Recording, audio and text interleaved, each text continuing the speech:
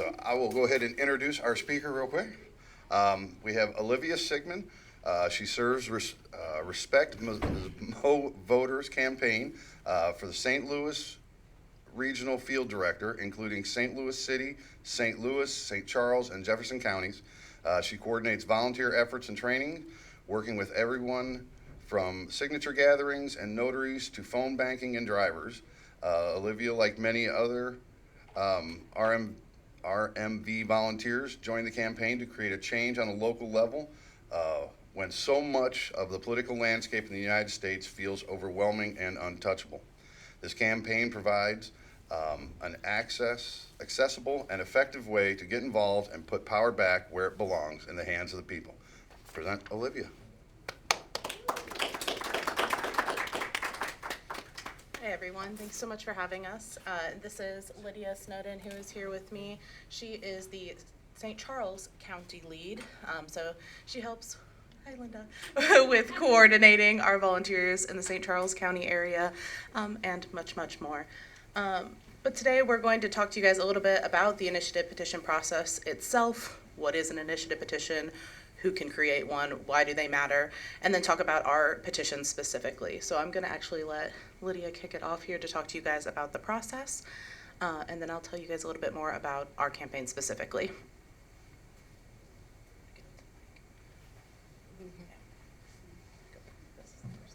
Use the button.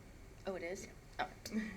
All right. So the initiative petition process is where people get together and they want to change a law or create a new law. So they take and put that together, get the language written how they want, and then they take and bring it to the legislature for them to create the ballot language.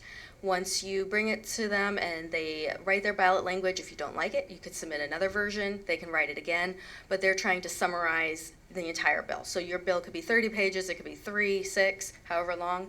They're going to take and write it into bullet point summary, so it's on the ballot and easy for people to read whenever the time comes. Once they have written that language, you take that and you print out a petition. We try to keep all of ours consistent. They all look the same way. Once you have these printed, you go ahead and send people out into the wild to go gather. You need, right now for us, we need at least 8% of people who voted in the last election to sign the petition. But we also need 3/4 of those people in the state to do that. So that's generally 6 of our 8 congressional districts. So we need 8% from each congressional district. Hopefully we will get 8% of at least 6 to then have this ballot initiative put on the ballot for people to then vote on. And then once it's ready for people to vote, it gets on there and people can vote and hopefully become law. So currently, we've had this right for 117 years. Missourians have only ever used this process 31 times in 117 years. So we've not used this right of ours very much. Legislatures, however, have used it 135 times, so more than once a year. This is not a right that Missourians have been abusing. This is not something that we will abuse. It's already a very difficult process trying to get 8% of voters in 6 of 8 congressional districts. It's a lot more work than you think it is. We've about 1,000 active volunteers who've been doing this, and we're still a third of the way to our goal. So we still have a long way to go. It takes a lot of time, a lot of hours, a lot of sleepless nights, staying up late, meetings, answering questions to get this to happen. So it takes a lot of work. So currently the Missouri legislature is trying to remove our ability to create initiative petitions, or at least drastically reduce the ease with which you can do it. And as Lydia said, it is already very difficult. So the important thing about the initiative petition process is it's the way by which the citizens can have their voice heard instead of just the legislature creating laws. We are one of only 26 states that has the ability to create laws in this way, so it's really important that we maintain this ability. So one of the main goals of our campaign is to protect this right. So that's the first bullet point on the ballot, is passing this law will protect the initiative petition process. So some things that the Missouri legislature has already overturned include, most recently, we voted for paid sick leave statewide. They overturned that immediately. We have previously voted to protect reproductive rights, to ban puppy mills. All of these things have been overturned by the legislature. As Lydia said, only 31 times have we successfully gone through this process, and they have overturned it, I believe it was 11 times last time I looked. But basically, our ability to use the initiative petition process doesn't matter if they can immediately overturn it as well. So the goal of this campaign is to ensure that the initiative petition process remains, and that when you actually go and create an initiative petition, it can't just immediately be overturned when the citizens vote for it. So our bill would require that 80% of both the House and the Senate agree to cancel out our vote essentially before they are able to move forward with that, and then it would go back on the ballot and allow us to vote for a second time. So currently, there is no specific law guiding how the legislature can overturn what we vote for. So this would just require that 80%, essentially a supermajority in both the House and the Senate, in order for us to move forward, or for them to move forward with going against the will of the people. It would also prevent them from taking away the right to the initiative petition process. And then third, and I think this may be the most important facet here, is making sure that ballot language is clear. In the most recent voting cycle, the laws around how ballot language are developed and created and maintained in Missouri changed. It used to be that when you had an initiative petition, the legislature would create the ballot language, and then if you felt that the ballot language was not correctly representing your bill, then you could go to the judicial system and say, hey, can you review this? This doesn't seem to be accurately representing what we are trying to pass here. You can no longer do that in Missouri. It is only the legislature, they have the final say. So this would also allow us, again, to go back to the courts and say, hey, they said that my goal is to ban initiative petitions. That's the opposite of my goal. It does not say that anywhere in this ballot language. Why would I want that to say it on here? Because that's what the people actually read when they go to vote. So this also protects your right to then say, that is not what my initiative petition is trying to say. That's not what we're trying to do. Please change the language. So here are some of the organizations that we've partnered with around the state, and some nationally as well, that are helping us to organize, get our volunteers together, and move forward with this initiative petition process. As Lydia said, this is a lot of man hours, a lot of time, a lot of energy, and a lot of volunteers. We have almost 3,000 volunteers now, about 1,000 active, which means that there's like 2,000 people out there that are trained and ready to go for us that just haven't started yet. So we're hoping to incentivize them and get them excited to help us, but we're also always looking for more people to join us and continue this process. As you guys probably know, there's a lot of initiative petitions currently circulating. There are 5, including ours at the moment. There's the anti-gerrymandering bill, there's the one about protecting marriage, one about protected classes, and one about education. None of those bills will do anything if this bill doesn't pass, if this amendment doesn't go through, because it can just be overturned. So again, our goal here is to make sure that all the initiative petitions, all of the things that Missourians want for our state, can actually be maintained. And something else too with this, a lot of people ask, well, what keeps the legislature from just overturning what we just voted on? The moment this gets voted in and put into law, they immediately have to start following the rules that we put in place, where they have to have that 80% supermajority in the House and the Senate to be able to overturn what we voted for. And in Missouri, that would be very difficult for them to achieve. If it really is truly bad for Missouri, they could do it, but they would have to follow those rules. Yes, Linda? Do they anticipate lawsuits if it passes? I don't, yes, okay, yes. Yeah, there is already some brewing in Jefferson City that we've heard about, of organizations who are trying to mobilize against us to prevent this from happening. But opposition means that they're scared of us and that they know we can do this. And we're doing something right. And we're doing something right if there is somebody trying to stop us from protecting this right. So, you know, it's kind of a good thing. Also a little bit scary and intimidating, but also a good thing. So Lydia's going to tell you a little bit about qualifications to gather for us, and then I'm going to tell you a little bit about how we gather and that process. So you do have to be 18 years of age. You have to be an adult, which makes sense since you have to be 18 to vote. So you have to be 18 to gather signatures, and you cannot offer money or gifts. So you can't be like, hey, I'll buy you a coffee, I'll buy you a beer if you sign for me. It has to be of their own free will. So we can't incentivize people to sign.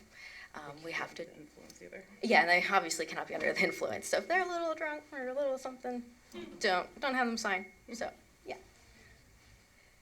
All right, and so with the petitions, we have these little kits that we have put together with a board and some sheets here. These sheets in the back are what you're seeing up here on the screen where it says do's and don'ts. So just basic tips and pointers on how to gather signatures and what not to do. And then also Missouri counties, some of them are spelled differently than you would think, like St. Francis, spelled St. Francois. So always refer back to this if you want to make sure you're getting the correct spelling. I think there's a Philip on there as well, if it's 2 L's or 1. So we like to have that on there for you. And then also there's a plan sheet. So help you get a little plan together, a little idea of what I want to do, where I want to go. So you have that. And then also is the next slide is that last sheet. So this is what the actual petition looks like. As Lydia said, we have these boards put together that have a lot of resources for volunteers so that you have everything at your fingertips that you could need to answer questions about the initiative or to get yourself in the mode for gathering, whether that's making the plan yourself or looking at the do's and don'ts and thinking about, oh, maybe I shouldn't approach somebody in that way or whatever.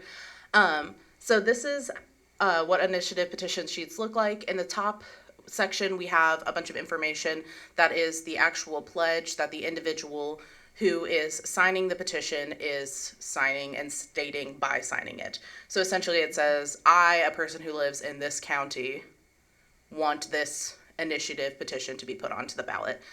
So those top 3 sections where it says add county are all the county that the individual signing lives in, not where you live and not where you currently are. That's all about the individual who is signing. And then your legal name goes right above it because you are saying, I, as the person gathering these signatures, certify that I gathered these, nobody else gathered them. This was my work, and I coordinated with these people, and I believe that they are telling me the truth when they signed this, that they really are a citizen, that they really are registered to vote in that county. The other important thing is the bottom left corner also has the same county as the top counties. Basically 4 times you're saying, yes, this is where this person lives. Really important that all those counties match. And in the St. Louis area, we kind of have a weird thing with St. Louis City and St. Louis County having the same name. So we've been asked by the Secretary of State to make sure we always write St. Louis City or St. Louis County, even though it's redundant to say St. Louis County, just so that there's no confusion. Then the remaining portion of this is what the volunteer actually fills out. On the left here, this dark section that says volunteer completes themselves, that is where their actual signature goes. The person does have to sign it themselves. We've had questions in the past of, what if a person has a tremor or they are blind? And the answer is they still have to sign themselves. Do they sign their own ballot when they go to vote? Yes. Do they sign, their legal documents? Yes. So however they sign that, even if it's just an X, their signature should always match what their signature typically looks like because that's what the Secretary of State will compare it to. Everything else, all the yellow portions, we as gatherers can fill it out on the volunteer's behalf, the signatory's behalf, if they're having trouble with writing. So that's their address, the date, what else, let's see, their printed name, and then congressional district. The congressional district for our campaign, we are leaving blank because, as you all know, currently we're in the process of being gerrymandered. So congressional districts are currently in flux and people don't know which congressional district they live in. So that is being added at our verification center when they're actually verifying signatures because we don't want to invalidate somebody's signature by them accidentally writing the incorrect congressional district. So all of that information is filled out in front of you with that signatory and you guide them through that process as you're going through it. Everything else on here you're going to do with a notary. So after you have gathered signatures, then you can go to one of our notary events. And at that event, a notary will walk you through the notarization process. You put in your details in the bottom left corner here. You sign, the notary signs. And all of that is confirming that you, as the signature gatherer, say, yes, I am the one who gathered these. Yes, I believe they were telling me the truth when I gathered these. I don't think anybody was lying to me. And I confirm that all of this is correct. You're not notarizing the signatures themselves, you're notarizing your gathering of the signatures. And then there's also a jurat in there in the bottom where it says you have not been convicted of or being charged with perjury. That's important because we also want to know that the person who's gathering these signatures is an honest person.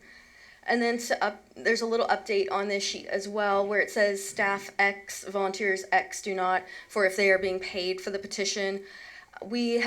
In the past, we left it blank, but we are now filling this out before we have people start signing the petition, because they have a right to know if the person who's gathering is being paid to gather their signature or not. So whenever you go out and you're gonna have this sheet ready to go, you're always gonna top right corner, you're gonna add your county, that where the people who you're gathering signatures from are registered to vote. You're gonna put the county on there the 4 times. You're gonna print your name, because they also have a right to know who is collecting their signatures. And then you're gonna fill that box in if you do or do not expect to be paid.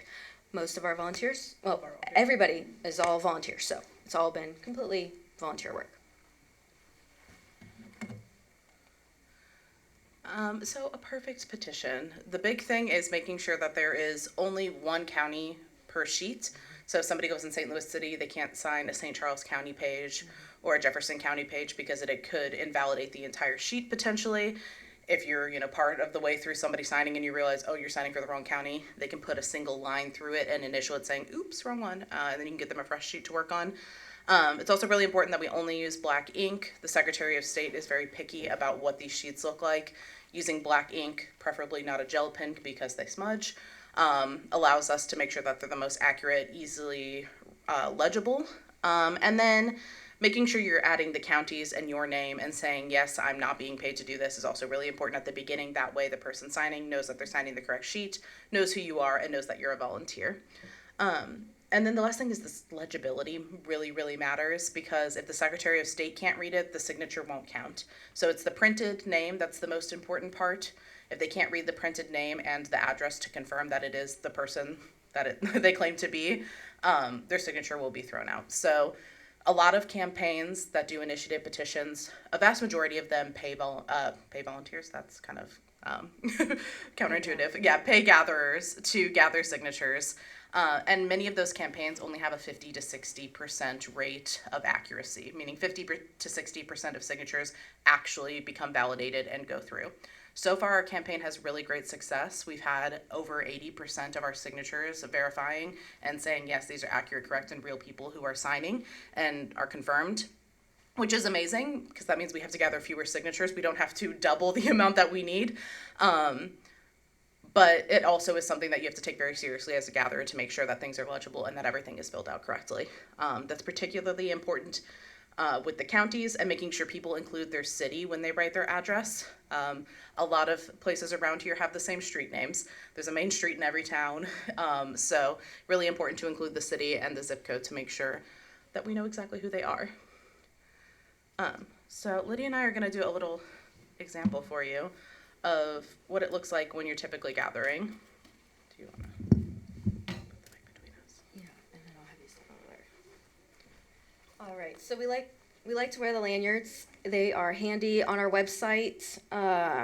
You can read the petition language. Everybody has the right to read the petition language in full and make sure they fully understand it before they sign a petition. So if they want to read it, send them right here.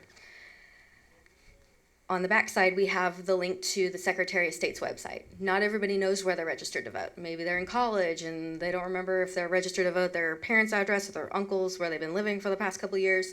So always good to verify there. So a lot of times to get this going with someone, I would walk up to them and be like, hi, have you heard about Respect Missouri Voters before? I have not. Okay, well, great. This is our petition. It is to help stop politicians from making this process harder for us. It also bans them from using deceptive language. Would you like to sign? I would love to sign. Okay, great. So I'm going to have you, it's a little confusing. You have to start with your signature or your autograph first, and then pull up today's date. And then this one also, you need to put your street address followed by your city. Make sure to put in your city there. There's not an actual section for it. Followed by your zip code, and then go ahead and print your name. And then if you want to work with us, or you want a reminder of when to vote, or follow along with the campaign, you can scan this QR code or leave us your phone number or email. All right, thank you so much for signing.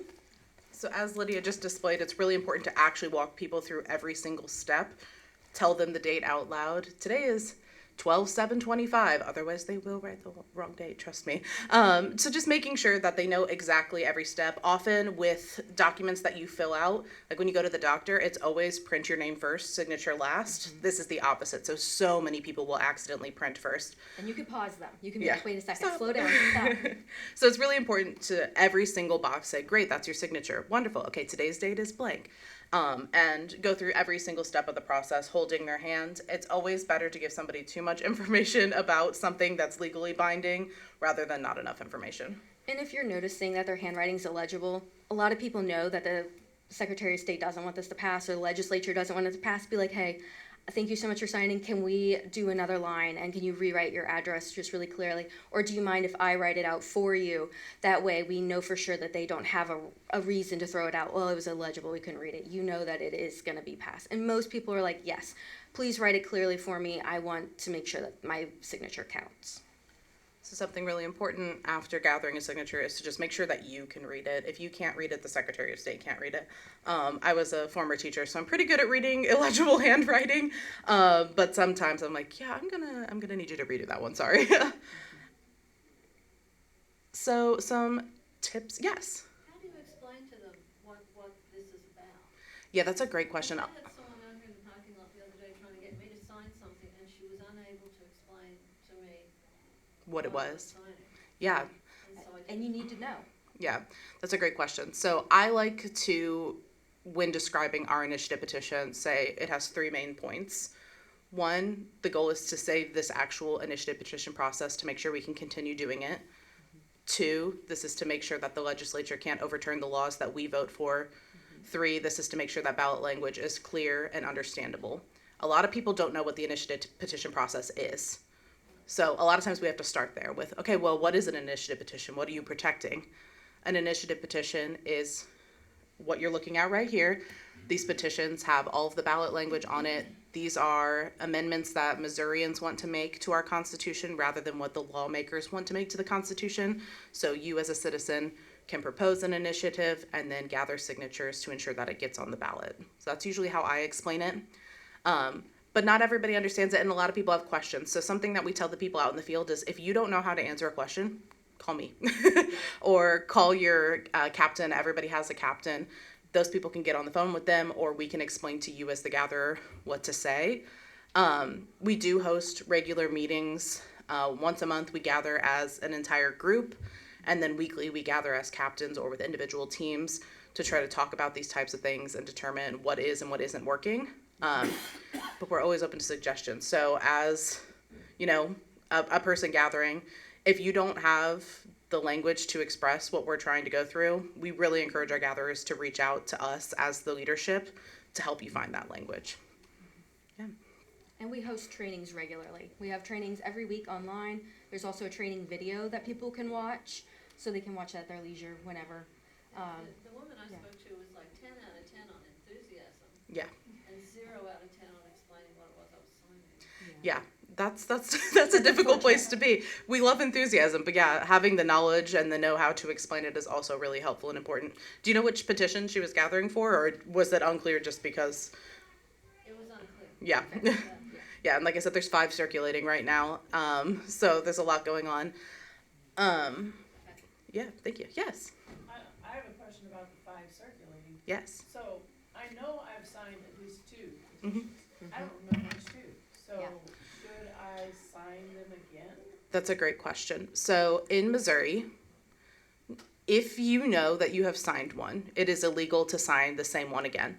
If you do not know if you have signed it, you can sign it again. Okay. Susan, I can confirm that you have signed the Respect Missouri voters. I'm pretty sure that I signed that one. And I'm not sure what, I know I signed yours. I'm not sure about the other one.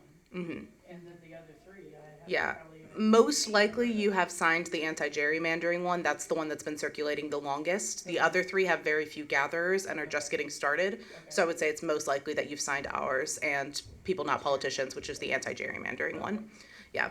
So Missouri is a little weird about that law. It's like, if you know that you've signed it, you can't legally sign it again. But if you're not sure and you don't think you've signed it, Yes. then legally you can try again. And say, well, you're going Yeah. to jail because you signed that twice. No. Yeah, no, there's no prison time for that one. Don't worry. I can tell you, this is exactly the language for it. It says it is a Class A misdemeanor, punishable notwithstanding blah, blah, blah. To the contrary, for a term of, technically it would be imprisonment, but in county jail or a fine not to exceed $10,000 for anyone to sign any initiative petition with any name other than his own, or to knowingly sign his or her name more than once for the same measure for the same election. Well, it would be my word against that. Correct. It would be the knowingly. The It's knowingly. the knowingly is the big Yes. word there, yeah. Exactly. So if you're not sure and you don't think you've signed something, you can sign it again. If you think you've signed it, you should not sign it again, essentially. With the gerrymandering one, that's been a really big issue because they've been trying to throw out a lot of their signatures. So people who signed early are like, should I sign it again? Well, if you already signed it, you should not sign it again knowingly. Yeah. So that's been a lot of contention with their campaign. So far, not a problem with ours. Yes. So as a related question, do they really look at every single? They do. That is And their so do job. we. That is their only job. So the way that this process works is all of the signatures go to our verification center first. We verify them, as many as we can, and we get an estimate of how many signatures we think we have that are valid. Then all of those petitions go to the Secretary of State's office. The Secretary of State then splits them up by county. So all the St. Louis County ones will go to the St. Louis County Secretary of State's office, and the St. Louis County group will look through all of the St. Louis County signature sheets. So a lot of this is also dependent on how each county's office works. Some counties are more lenient, some are very strict. So that's part of it as well, and that's why you have to qualify 6 out of the 8 congressional districts, because every district and every county is a little bit different in the way that they look at them, although they all have the same rules. But yeah, so each signature will be verified twice, first by our team and then by the Secretary of State's office to confirm it. Yes. Is there any way to know if your signature has been thrown out? Is there some sort of a list that they look? No. Not really, no. And that's what's really unfortunate. It is their discretion. Yeah, it's at the discretion of the Secretary of State. So even if we think that your signature doesn't count because we're having a difficult time reading it, if we contact you and have you sign again, then you've knowingly signed twice. But if you've been thrown out, And we don't know if you've been thrown out until afterwards because we turn in all the signatures at once. Yeah. Yeah, And then that's the end of the process for us. Once we turn everything into the Secretary of State, we the can't do process anything ends. else. Yeah. Yeah. So it is an unfortunate reality that a lot of people's signatures may not count, which is why typically for things like this, you try to get 2 to 3 times as many signatures that you actually need, because you know a lot of them are going to ultimately be thrown out. Like we said earlier, a lot of initiative petitions, only 50 to 60% end up counting. So far, we've had a really high success rate, like crazy high compared to other campaigns, which is amazing. It just goes to show the dedication. Like the people who are working on this and the people who want this to pass, like they are making sure they're writing clearly and legibly. Our volunteers are going out and making sure they're getting valid people, valid signatures, that everything's readable, because that's how much people care about this petition and how badly people want it to pass. Because a lot of people are sick and tired. You go and vote and then your vote is overturned in a couple of months because someone said you didn't know what you were doing or you didn't know what you were voting for, that you can't read. And it's Yeah. very insulting. The So- number of legislators who have said the citizens don't know what they're voting for, or they don't know what they're talking about. Yeah. It's just insulting to our intelligence at this point to Absolutely. say that, okay, well, maybe your ballot language is unclear. Maybe it's not me that's the problem at a certain point. Yeah. I'd like to think that most of us are educated enough to know what we're voting for. Yeah. So, part of gathering and collecting signatures is being friendly and approachable. People, if you kind of like, do you want to sign my petition? Kind of shoulders down. They're not going to want to sign your petition. They're going to be, if you don't feel confident in it, why would they feel confident in giving you their signature? So whenever you're approaching somebody with this, if you were to gather, you want to be confident, smiling, because we do believe in this so strongly. Like, this is the way that we save this process, and we have to do it now. And if you come forward with that confidence and that belief, like, I believe in this with my whole heart. I hate politics, personally. I hate this whole thing and the system, but I want to fight for our right to be able to continue doing this. So that's why I'm here. And coming forward with that energy and having a greeting prepared, like, do you know about Respect Missouri Voters? And taking that step forward, walking to someone, walking in with them, and starting to hand them the board, it kind of already initiates that contact where people feel like they need to receive from you, and they will go ahead and be more apt to hear what you have to say and be more willing to sign. If you do large events, we had a lot this fall. A lot of our gatherers will do 2 sides, so we'll have St. Charles County, maybe Jeffco on the other, or St. Louis and St. Louis City on here on the board. So you could always have a couple if you wanted to. It's also really great to gather with a buddy. Yes. Sorry. One person can be engaging people, the other person can have the boards so that people can go over and sign. Sometimes you miss people passing by because you have one person signing and you're like, wait, come back, as people are walking by you. So it can be really helpful to have a group of people that you're gathering with, or a partner, or if you're at an event like this where you're tabling or something like that, it's great to have multiple boards set up. That way, once you've spoken to somebody, you can say, okay, go ahead and take over the board over here. I'm going to start talking to the next person in line here. And a lot of times if someone sees another person signing or talking, they'll be like, oh, what is that? They'll be curious. They'll want to come up and they'll be like, hey, wait. And you see them kind of standing there and you're like, so she's getting the person to sign, and I'll be like, hey, so this is what she's talking about. This is what they're signing. Would you be interested? Would you like to sign as well? And that brings in a lot of people. So just trying to keep that constant flow. And then she's got people signing on her boards. I've got a second one, I've got a couple, I get those two people to sign, and then more people see it, and then these people leave, she gets those signatures. So it can have a nice flow to it. Some of the things to talk about, which we just spoke about, having that introduction that is clearly stating who we are. So either saying, have you heard of Respect Missouri Voters? Or would you like to stop politicians from overturning the will of the people? Or do you want to help protect the initiative petition process? I find that one to be particularly engaging because most people are like, what's the initiative petition process? And then I get to go in my little spiel and explain to them what we do. So something that's going to grab people's attention. I was an English teacher. When you write an essay, you call it the hook. This is the same thing. Mm-hmm. What can I do to get you to talk to me and to be engaged with me? So like Lydia said, that starts with a smile. If I'm standing on a sidewalk, when people are approaching, I'm already smiling and trying to make eye contact with them as they're coming up. But then having something to say that will engage them in this conversation with me. A lot of people have already heard of us. A lot of people are like, oh, are you the gerrymandering people? No, that's not us. But we're trying to help protect their petition process because, if we don't pass, they may not get to stay as a bill. Mm-hmm. So a big part of our campaign as well is just coordinating with other campaigns and validating that all initiative petitions are valid and should be happening. Even if I don't agree with what that initiative petition is trying to get on the ballot, it's important that it's allowed on the ballot and that people get to vote on it. That's the whole point of this process is if somebody has an idea and they think it would help Missourians, they can put it on the ballot and then we can let the people decide. That's the whole goal of the initiative petition process. So again, even if I don't agree with their petition, I do agree that they have the right to go out and gather signatures and the right to get it on the ballot. And that's what makes this whole thing nonpartisan.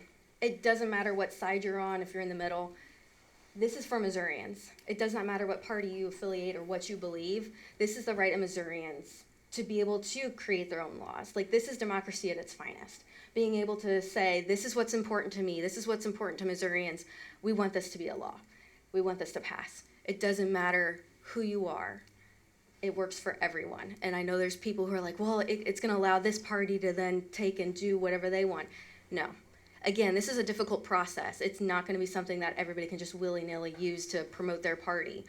It is for anybody to get together. And because this process is difficult, it needs to be mostly nonpartisan issues that get on the petition and then put forward to the people to vote on.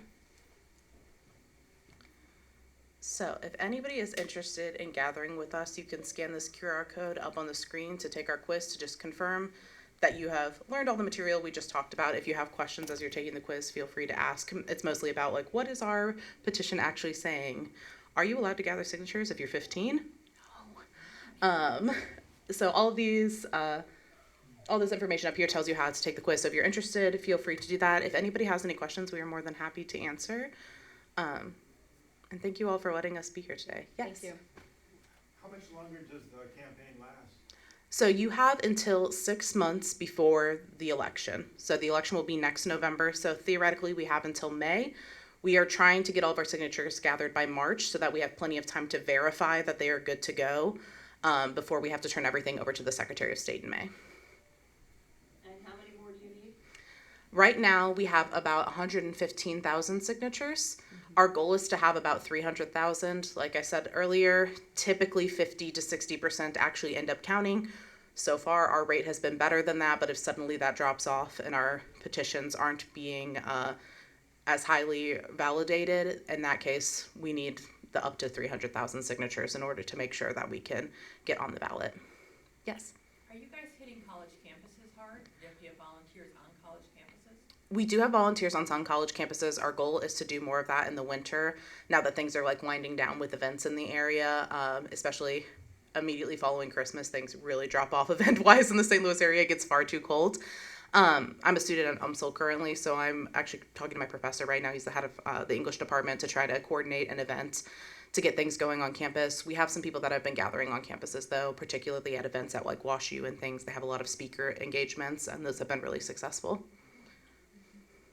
Any other questions?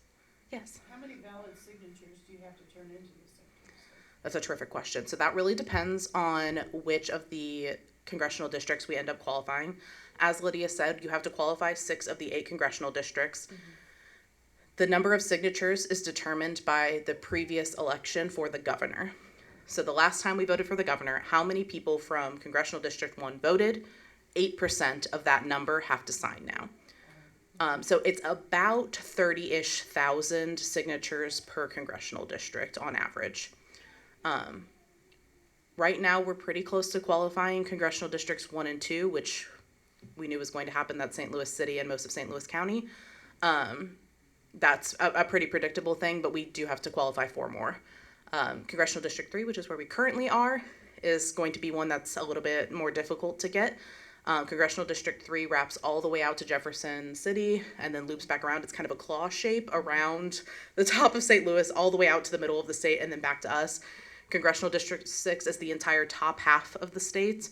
The congressional districts are very weird shapes. Some of them are highly rural, which just means there's fewer people, and that means going door to door more or having to find events where a lot of people are gathered at once, which is really easy in the city when you have 200,000 people showing up to events, but much more difficult in those rural areas. Yes. Do we know where signatures are needed the most? Yes, currently congressional districts 3, 4, and 6 are the ones that are most in need of more signatures. Do you know which, can you name Those areas, yes. So congressional district 6 is basically everything north of where we currently are, Lincoln County, all the way across the state and all the way up to Iowa. Congressional district 3 is St. Charles County, the northern half, the western half of Jefferson County, and then all the way out to Washington, Eureka, Jefferson City, all the way out, the southern half of Columbia. Yeah. So again, congressional districts split cities a lot here as well. And counties. So part of St. Charles County is in Congressional District 2. Most of it is in Congressional District 3. It's very weird. And then 4 is out towards Kansas City. Any other questions? So I'm curious about if we gather signatures in District 3, Yes. where we're at, but it doesn't matter whether it's gathered in the city of St. Charles or in Jefferson City? It's considered 3 and we're good to go. If the person lives in District 3, That's it. that's if it. that's where they're registered. If that's to where they're vote. registered to vote, yes. Wherever they're registered to vote, as long as it's in Congressional District 3. It That's why you counts. can grab them in St. Louis. Doesn't matter if that where they sign. They can sign in St. Louis or KC, but if they're from Congressional District 3, or that's where they're registered to vote, that counts. But you're gathering by county though, right? So you're Correct. looking at This- St. Charles County, St. Louis But City, St. Yeah. Charles County is in Congressional District 3. Most of it. Yeah. But yeah, so that's why on the actual petition sheet, let me go back to that. Oops. There is a line for congressional district and then the separate section for your city and the counties. So we both need to know what county they live in because the petition process itself is by county because most people know their county, they don't know their congressional district.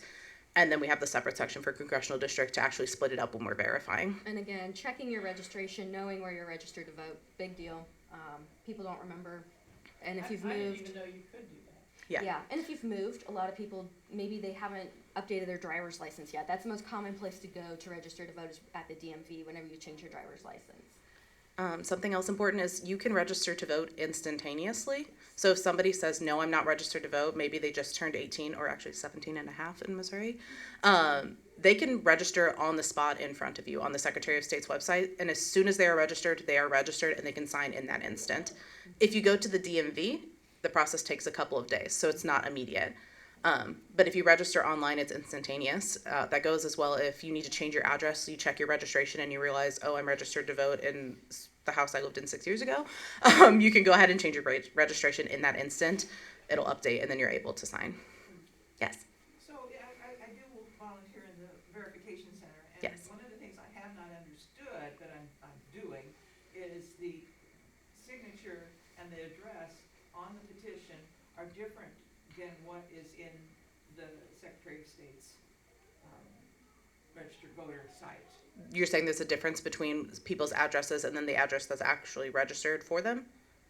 So what we do, what I've been told to do is to go ahead and type in their new address that's on the petition Mhm. rather than what's in the website, and then say it's valid with corrections. So I'm just wondering if that's gonna get tossed out or not. It depends. So the way that the Secretary of State's office validates signatures is they look at the registration at the time of signing. So they look at the date you signed. So if that person has since changed their registration, So what we. they will be able to go back in time and see that. What we as gatherers need to be reinforcing as we're collecting signatures is the fact that we need to have them update on the, Yeah, if they need to update, they should update for sure. so those are likely to get thrown out. It's possible. It really depends because again, the Secretary of State can go back in time and see where they were registered at the time that they signed, and they can see if they've updated it as well, so they're able to make that comparison. But on our end, we're not able to do that.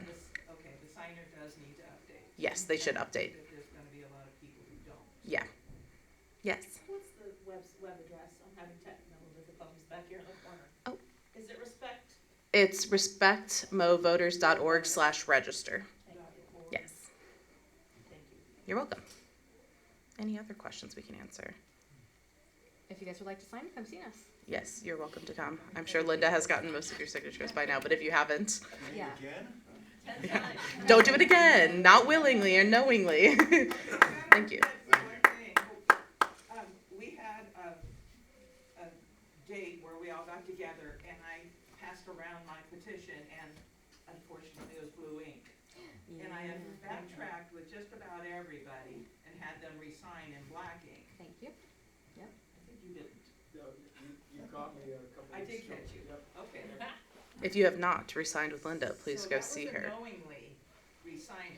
But you got rid of But it's the sheet invalid. that was, They With already blue had ink? gone to the validation center and so.